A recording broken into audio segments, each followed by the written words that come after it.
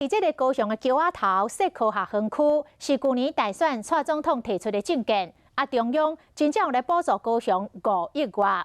到年下晡，内政部要来举办动土的典礼，但是高雄市的副市长李树川来批评了，伊讲真正有够悍，伊讲伊做30多年的工程，将来嘛无讲地方发包的工程，中央来办开工。另外一个副市长叶匡时讲，这就亲像老爸出钱帮后生办婚礼，结果做老爸家己跳落来做新郎。因为中央的做法引发着争议，本地规划要来参加动土典礼的行政院副院长陈其迈临时话停。高雄桥仔头园区目标要串联南科高雄路德园区，要变成南台湾高科技的产业大。包括半导体、智慧机械、AIoT 产业在内，下一个世代的台湾最核心也最有竞争力的科技产业，都可以来我们高雄落脚。